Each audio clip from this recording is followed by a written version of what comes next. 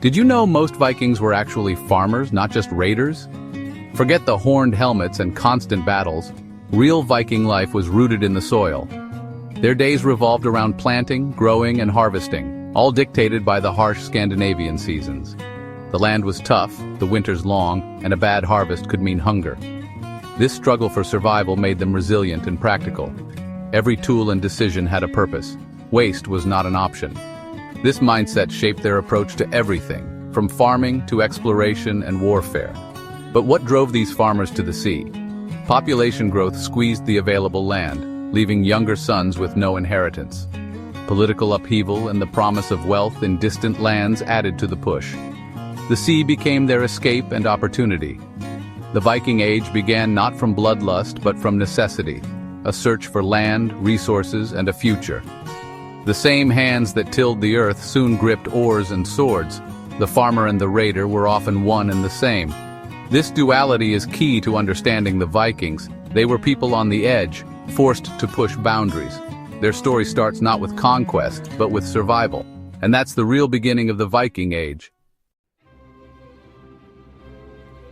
Picture a chieftain. Let's call him Bjorn Ironhide. He's not a king, but a respected leader and farmer in a Norwegian fjord.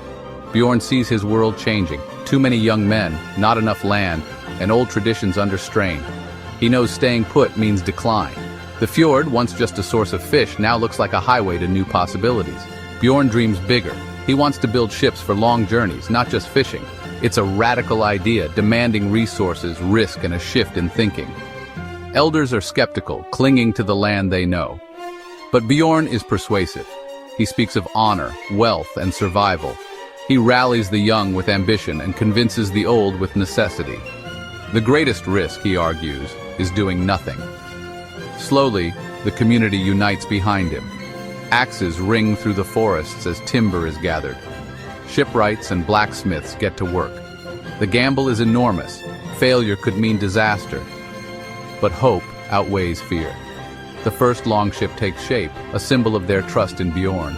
The community's future is now tied to the sea. Bjorn's vision is no longer just a dream. The journey into the unknown has begun. The age of exploration is underway. Building a Viking fleet started deep in the forests. Bjorn's people selected the best oaks for keels, ash for ribs, and pine for planks. Every tree was chosen with care. Each piece had a purpose. The axe was their tool of choice, wielded with generations of skill. Planks were split, not sawn, for strength and flexibility. Overlapping clinker-built hulls made the ships light yet strong. The whole community pitched in. Blacksmiths forged iron rivets, sailmakers wove wool, and rope makers twisted hemp. Every part was handmade, every skill essential. The ships weren't huge, but they were elegant and fast. They sat low in the water, built for speed and surprise. Each longship was a product of teamwork and trust. As the first ship slid into the fjord, it was more than wood and iron. It was hope. The fleet was ready. The community's future now rested on these vessels. Bjorn's gamble was real. The sea awaited. The adventure was about to begin. The longships would carry them into legend. The fleet was born. The Viking longship was their secret weapon. Its shallow draft let it sail up rivers and land on any beach, perfect for surprise attacks. Powered by both sail and oars, it could cross oceans or slip silently up a narrow channel. 30 to 40 rowers gave the crew total control, not just relying on the wind. Its symmetrical design meant it could reverse direction instantly, ideal for quick escapes. This flexibility made hit-and-run raids possible. Life aboard was harsh. No shelter, just open sky and sea spray. The crew ate, slept, and worked together in the elements. Food was simple dried fish, hard bread and water or ale. It was a test of endurance and teamwork. The ship was home, weapon, and lifeline all in one. Every voyage demanded toughness and unity. The longship was more than a vessel. It was a symbol of Viking willpower. It made their legendary journeys possible. With these ships, the Vikings changed history. Their mastery of wood and water set them apart. Viking strategy was all about speed and surprise. They avoided big battles, aiming for quick, low-risk raids. Monasteries and isolated settlements were prime targets, rich, poorly defended, and easy to reach. Bjorn's fleet would appear suddenly, storm ashore and seize valuables, silver, gold, weapons, even captives. The raids were over in hours, leaving chaos behind. Before defenders could react, the Vikings vanished over the horizon. This hit-and-run approach terrified Europe. But it wasn't mindless violence. It was calculated. The Vikings learned from each raid, gathering intelligence and refining their tactics. Over time, small bands became large fleets. They began to set up winter camps, long forts, turning temporary raids into permanent footholds.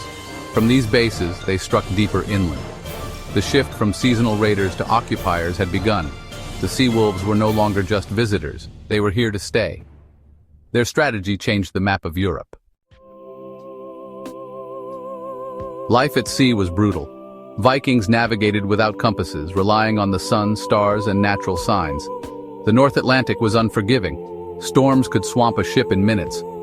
Crews bailed water, fought the cold, and clung to survival. Many ships were lost to the sea, far more than to battle. Food and water were rationed. Scurvy and sickness were constant threats.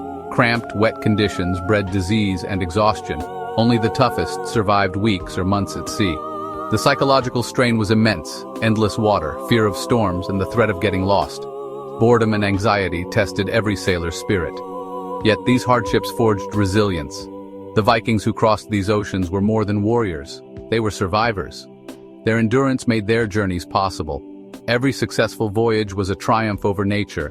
The sea was their greatest enemy and their greatest teacher. Only the boldest dared to cross it. Bjorn's fleet didn't just raid, they explored. Driven by need, they pushed into uncharted waters step by step.